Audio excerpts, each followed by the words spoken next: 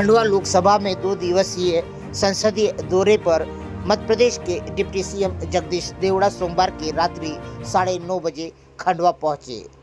आराम करने के पश्चात मंगलवार की सुबह ही सुबह दादाजी धूनीवाले के दर्शन करने के पश्चात डिप्टी सीएम जगदीश देवड़ा सभी पदाधिकारियों से मिले और संसदीय क्षेत्रों में पहुंचे, जहां पर सभी ग्रामीण और आम जनता से मुलाकात करते हुए और अपने कार्यकर्ताओं और पदाधिकारियों को इस चुनाव की बेहतर तैयारी करने के लिए जहां सुझाव दिया, वहीं पर आम लोगों से चर्चा करके लोकसभा की जानकारी भी प्राप्त की।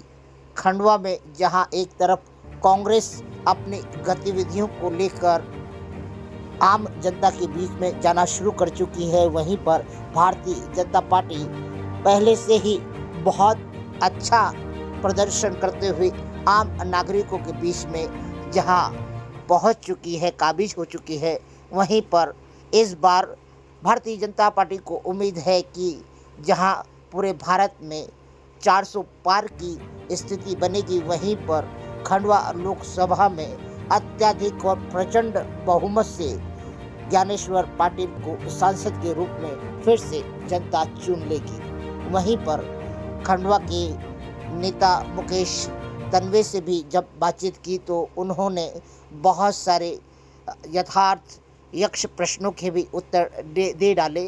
उनका कहना था कि चाहे कोई कैसे भी प्रयास करे, पर जीत भारतीय जनता पार्टी के पाले में ही होगी।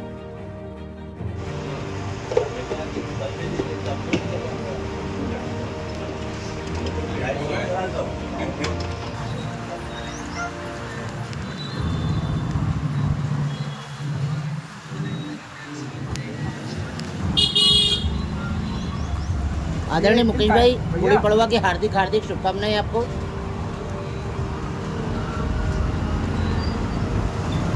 जी, आपको भी बहुत बहुत बहुत बहुत शुभकामनाएं गुड़ी पड़वा की, हमारे हिंदू नववर्ष की। आदरणीय तोमर साहब, आपको नहीं, हमारे पूरे हिंदू समाज को इस पावन पर्व की बहुत बहुत शुभकामनाएं। प्रभु की कृपा हम सब पर बनी रहे और ये जो देश है राम जी का देश है, राम जी को मानने वालों का देश है और राम जी के आदर्शों पर चलकर ही आपका जीवन सफल हो सकता है। यदि मानवता का कोई राह दिखा सकता है तो वो रामचरितमानस।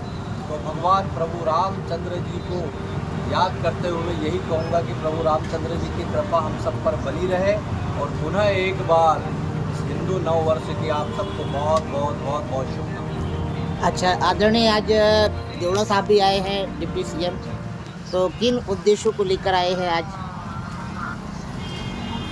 आदरणीय हमारे डिप्टी सीएम साहब जो आए हैं, लोकसभा के चुनाव हैं और वो हमारे इंदौर संभाग के प्रभारी हैं। इस संभाग की पूरी कमान वो संभाले हुए है।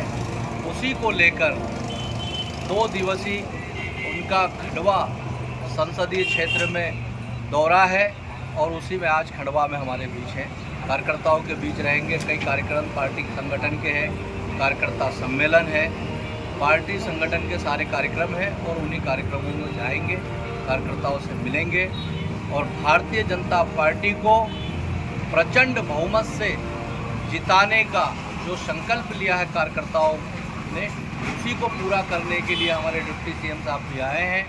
और जो सपना है देशवासियों का कि इस बार 400 पार, इस बार फिर मोदी सरकार, उसी को लेकर इस बार कार्यकर्ता नहीं पूरी भारत की जनता निकल आई है मोदी जी को पुनः प्रधानमंत्री बनाने के लिए और खंडवा की जनता निकल आई है बाहर माननीय ज्ञानेश्वर पाटिल जी को सांसद बनाने के लिए। वर्तमान में सांसद के रूप में प्रत्याशी कांग्रेस ने नरेंद्र जी को चुना है और एक गुर्जर पूरा एक पक्ष एक तरफा जा रहा है, तो ऐसा नहीं लगता है कि आप लोगों को भी संघर्ष करने की आवश्यकता है? अति आत्मविश्वास कुछ ज़्यादा झलक रहा है भारतीय जनता पार्टी में। ये भारतीय जनता पार्टी है, ये सामाजवाद और परिवारवाद से हाँ, बहुत राष्ट्रवाद की ओर काम करने वाली भारतीय जनता पार्टी है। हाँ, हमारा गुजर समाज भी हाँ, राष्ट्रवाद के साथ खड़ा है, पार्टी के साथ खड़ा है। ये समाजवाद की बात करने वाले कांग्रेस के लोग हैं। आपको याद होगा कि लोकसभा के चुनाव थे और हमारे हरसुद के मंत्री विजय शाह जी और कांग्रेस ने उनके ही भाई को लोकसभा में प्रत्याशी बनाया था और विजय शाह जी ने पूरी ताकत से भारतीय जनता पार्टी के वहाँ के प्रत्याशी तत्कालीन दुर्गा प्रसाद जी यूके को 3 लाख मतों से जिताकर भेजा था। ये भारतीय जनता पार्टी है, परिवारवाद और समाजवाद की बात नहीं करती है, राष्ट्रवाद की बात करती है।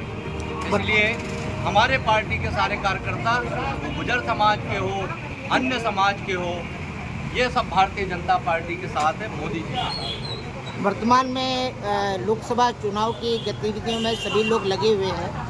हम आपको गुड़ी पड़वा की भी शुभकामनाएं देते हैं और शुभकामनाएं देते हैं कि और प्रचंड बहुमत से भारतीय जनता पार्टी सामने आए।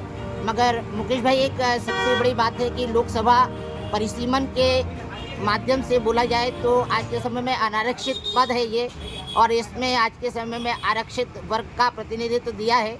इसमें सामान्य वर्ग भी नाराज है क्योंकि वर्तमान पूर्व में हमारे जो नंद कुमार सिंह चौहान थे उनका प्रतिनिधित्व था।